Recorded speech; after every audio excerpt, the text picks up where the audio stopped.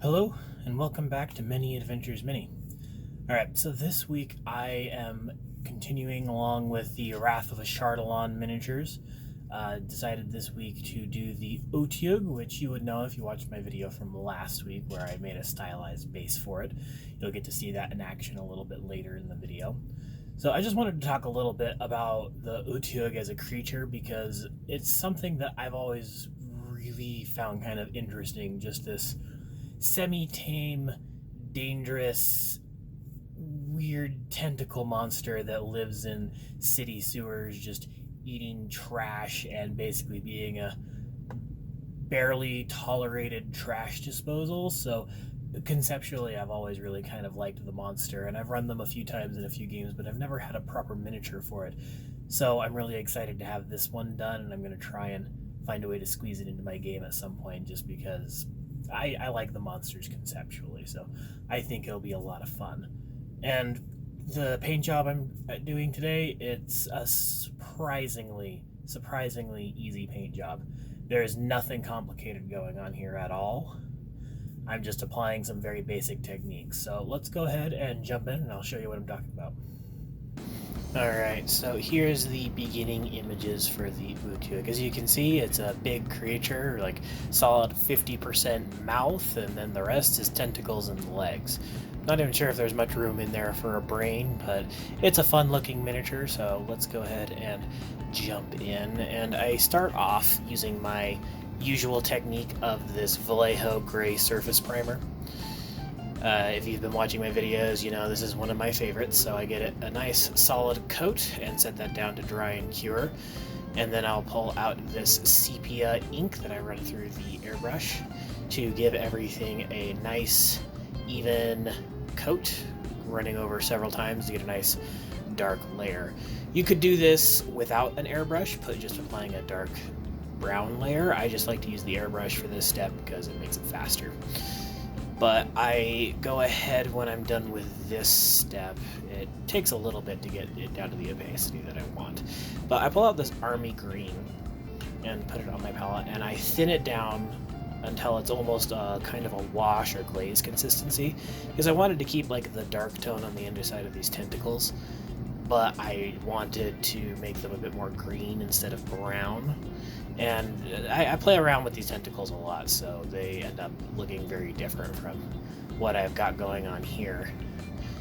They were a little bit difficult, but I did like how they eventually ended up looking, so it wasn't too bad to work on. But I'll then come in with this monster brown, and I'm using a flat brush and a dry brushing technique, getting most of the paint off of the brush before just brushing it over, just so that it hits all the high points with just a very small amount of paint. And here you see I'm actually touching up some of the underlayer because I didn't let this layer set properly. So I had to set it aside to let it cure after fixing, and then I just come back in. I'm just thoroughly dry brushing, and I only keep a very small amount of paint on the actual brush while I'm doing this. And I just am going over everything again and again up until I get up to the brightness that I'm looking for. Because I don't want this miniature to be too dark, because the base color is very dark, but that's a great shadow tone to show through with this dry brushing. And this miniature is great for dry brushing. It's got plenty of cracks and crevices that get mixed over. And then I'm coming back with more of this army green and doing a little bit more dry brushing, but only in patches, not over the entire model, so that I get a bit of a mottled color.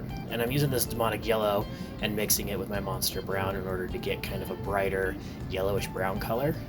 And again, I'm just going over and dry brushing in just a patchy way so that I don't get full coverage everywhere, but it shows up in a couple of places. And then I'm just thinning down this army green again and doing more of a solid coat on the underside of this. Again, I'm still playing around with this and trying to decide how I want to do it. And this seemed like a slightly better way to go about it, so it's a bit more of a solid green, differentiating it more from the rest of the miniature.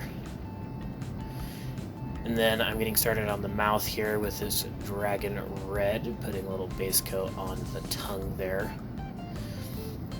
really makes it stand out. And then I'm also using skeleton bone here to come in and do all of the teeth. And a lot of teeth this guy does have, so this takes a little while, but it's just a quick go over it. Make sure you get a nice even coat as much as possible. He's got like these little bone nubs above his teeth that are a little bit... At first I thought they might be eyes, but looking into all the imagery I could find either in my books or online, they don't seem to be eyes, and they're just bone nubs, so that's what I went with. And I also add a little bit more red because I decided I should just make the entire inside of the mouth red, along with those little cheek flaps. I'm not sure what exactly they're called, so I'm just going to call them cheek flaps. But I fill it in with red, and I'll take in this pure red just to do a little bit of a highlight in some areas, just to make it pop a bit more. And I think it does that job admirably. And then I'm just doing a second coat on this teeth because, like I've said before, bone colors like notoriously don't cover well on the first coating. I think it's just because it's such a pale color, so I typically have to go over most areas with a bone at least 2, sometimes 3 or 4 times, depending on what I'm trying to get and how much surface area I'm looking at.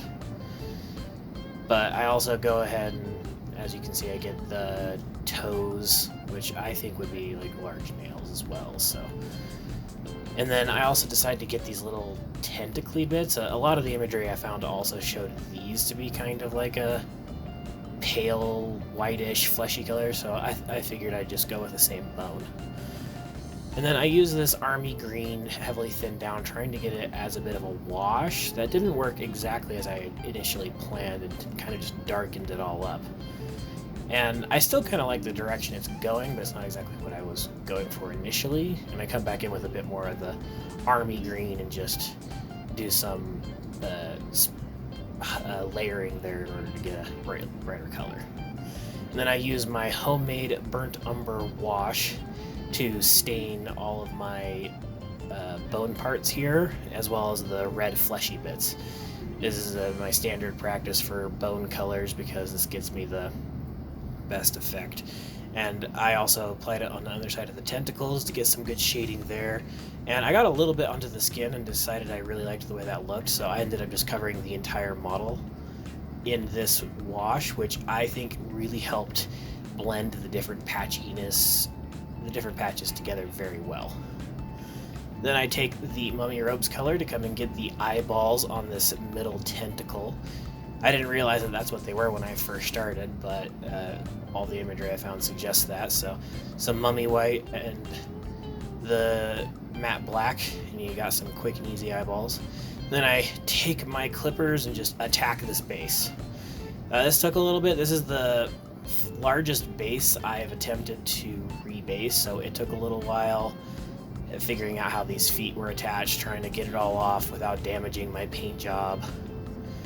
So it took a little bit, but in the end I managed to do it without causing any damage to my paint, so I was pretty happy about that. It went surprisingly smoothly. And here I've pulled out my sewer base that I did in last week's video. I'll try and put a link up somewhere so that you can find that if you want to see how I put that base together. But I just black the underside of the feet, glue them onto the base, and go on with a gloss varnish and apply that to make everything look wet. And the final result really does look nice.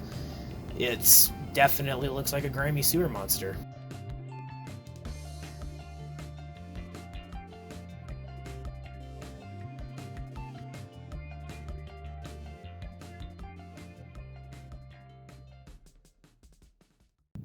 Alright, well, I hope you guys enjoyed that.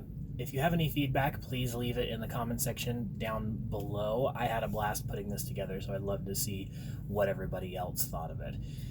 If you like the video, please give me a thumbs up, and if you want to see more of my videos, please hit subscribe and hit the bell icon to get notified whenever I upload any of my videos. And I'll go ahead and see you guys all next week.